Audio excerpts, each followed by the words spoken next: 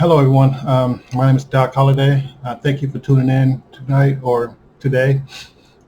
Give me you, I'm making this video for one particular reason, and that is because of the conflict that is currently going on in Ethiopia. Ethiopia is a country that is very, very, very deep to my heart. It is a country that should be very deep to everyone's heart. It is the birthplace of civilization. Everybody's grandmother derived from Ethiopia. And I am very hurt that Ethiopia has to go to war right now. I'm madly, I'm madly grieving for that fact. Even much more so now because of the fact that I want to shout out to all my Palestinian brothers and sisters. You all will be free. You all will be free very soon. Shout out to y'all. Long live Palestine. Long live Palestine. We must have a two-state solution. Palestinians must be free. We must end the brutal siege of Gaza and the West Bank. We must allow those people to live normal lives. They shouldn't have all their power and water cut off. They should be able to have hospitals and schools. They should be able to work. They should be able to move freely to and from work. They should not be able to be harassed by settlers. They should not have their lands illegally taken away from them. Palestinians are humans too. They deserve as much rights and freedoms as anybody else in this world. Their babies are made of the same elements that your babies are made of. The exact same elements. They just come out in a different hue. But in each baby, yours or theirs, any one of them can come speaking a different language, can have a different ideology. All it takes is just the switching up at birth, and no one would know the difference. No one would be the wiser. You are no different. And henceforth, there's no way that you should be subjugating these people in these brutish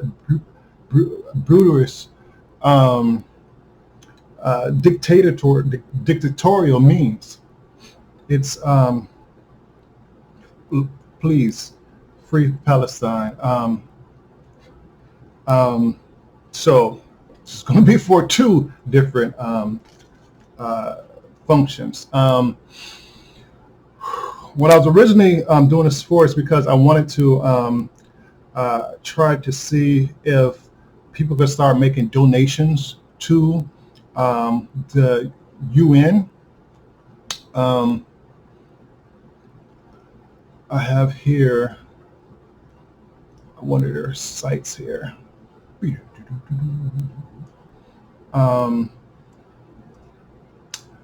It is at unrefugees.org.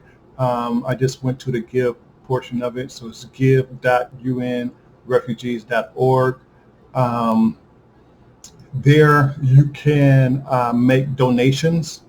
You can make a one-time gift, or you can make gifts like $20 a month or $30 a month.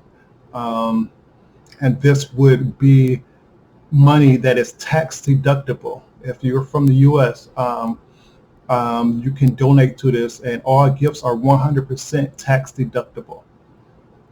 So this is something that I think that every black person, um, that is, especially in the diaspora from Africa, should be contributing to this. Um, you can, like I said, make different amounts. You can also do a one-time gift instead, but you can put in the monthly amount. It'd be $10, $5, starting as low as $5 that you could put in monthly. So that'd be $60 a year that you'll be contributing to help out kids that are in need because they're in war-torn nations and things. Payment information, they could take credit cards or PayPal. I believe, let's see, billing information, blah, blah, blah, blah, blah, blah, blah. And let's see. Here's a little blip on it. USA for UNHCR helps and protects refugees and people displaced by violence, conflict, and persecution. Supporting UNHCR, the UN Refugee Agency, and its partners, your gift provides life-sustaining essentials, including shelter, water, food, safety, and protection. Around the world, we help refugees survive, recover, and build a better future.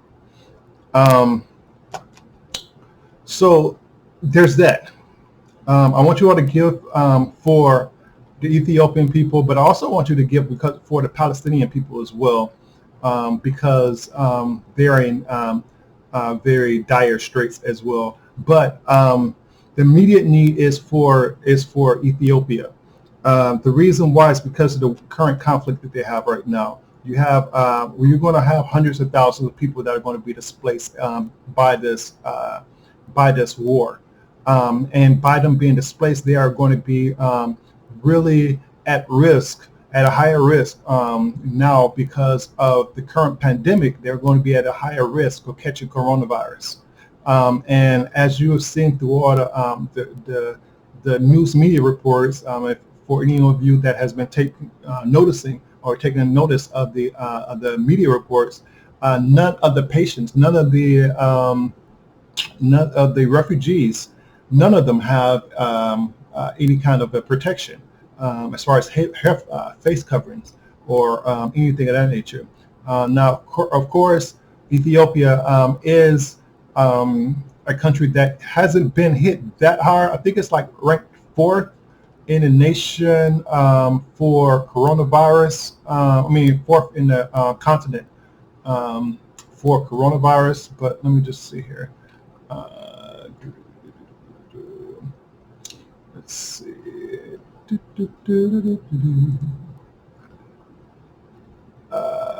Yeah, so they are 4th. So they have 102,000 people that have COVID right now, which is low, thank goodness. But they are in a situation where, they're going to be, you've seen the refugee camps. They're so tightly packed and everything, and they're coming across, walking and communicating, and it's a communicable disease. It only takes one person to have that disease. It only takes one person to have that disease, and within 2 weeks, that whole camp can be just a super spreader thing. And we really don't need that. We really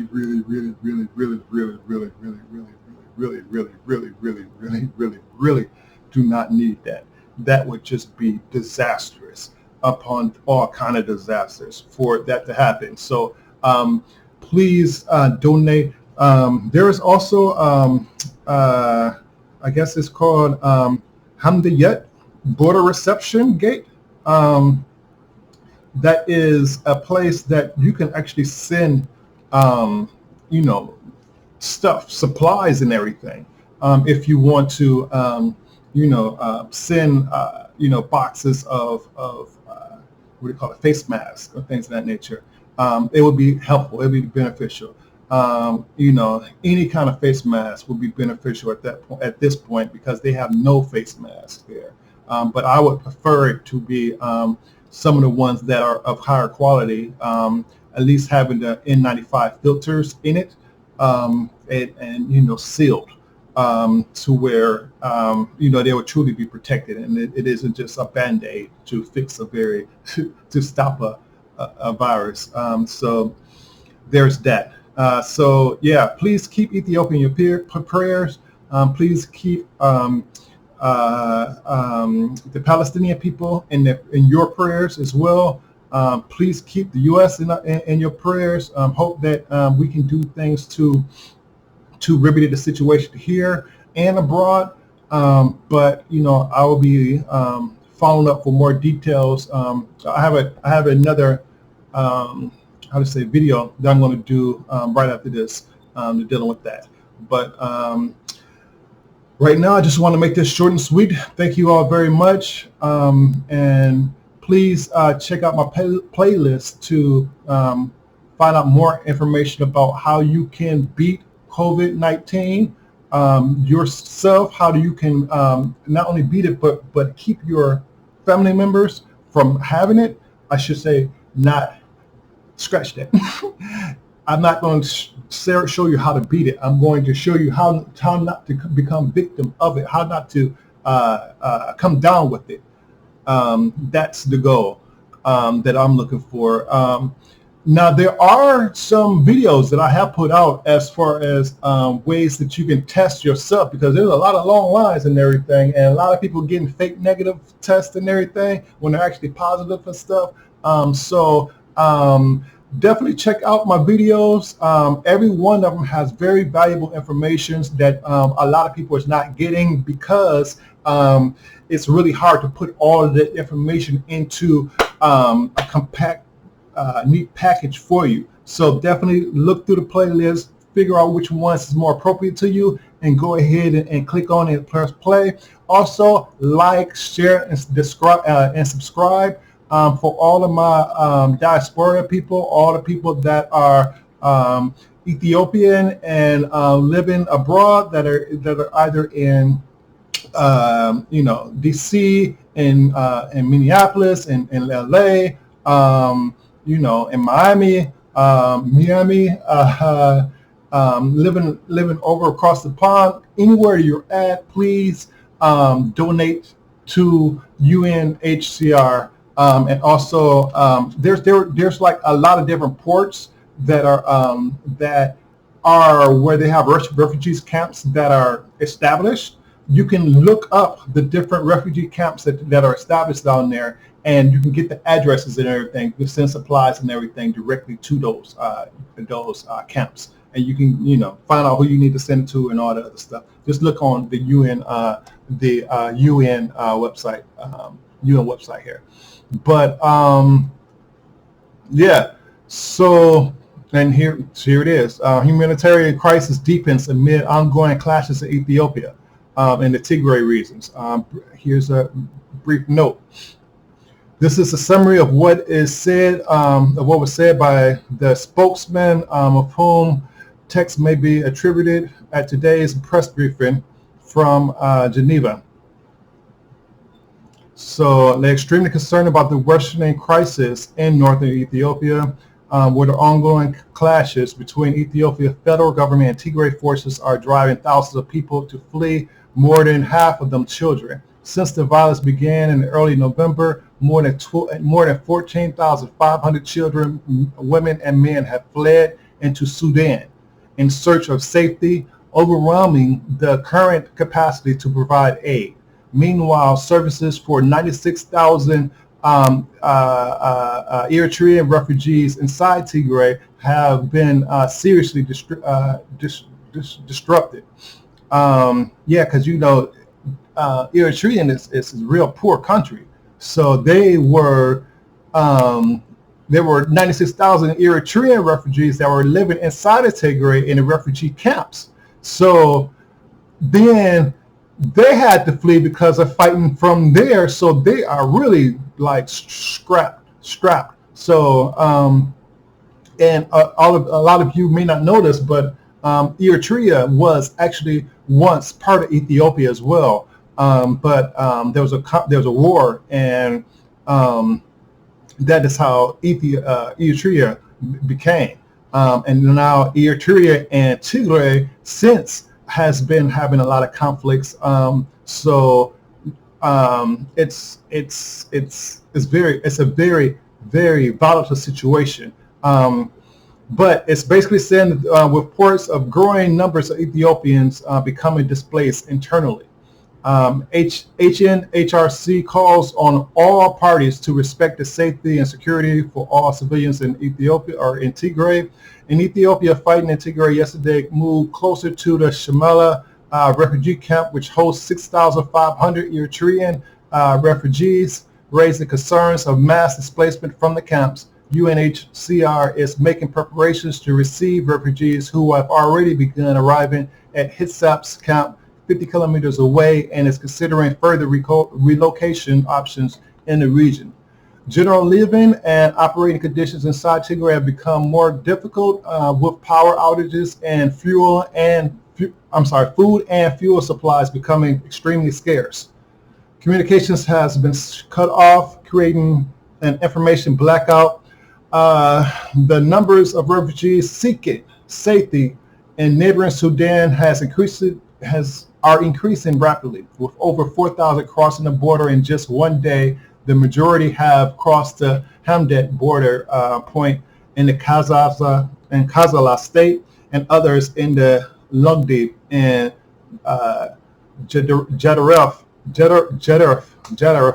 state. Jadaref state. Jesus. People are arriving with very few belongings, indicating they fled in a hurry. Arriving children are exhausted and scared. The majority originate from Humera inside Tigray, with others coming from the neighboring town of Rayan and Dima. Let's see. I don't know. I could go on and keep on going over there. As numbers grow, the government has approved the establishment of a refugee camp at Rakuba, 80 kilometers from the border, with the capacity to hold up to 20,000 people. Additional sites are currently being identified. I just want to read this. The Sudan Red Crescent Society has employed medical staff and essential medicines to Hamdayet to conduct health screenings, including for COVID-19, and plans to strengthen health support in the coming days. So that is good that they are looking at it. Trying to see there, 6,000 people. Sanitation facilities are insufficient, impacting hygiene. Those crossing in through Lugdi are temporarily hosted at a transit center in a site called Village 8, located 35 kilometers away from the border. Hot meals are being provided with support of the World Program and Muslim Aid. Local communities are generously supporting the refugees' food as well.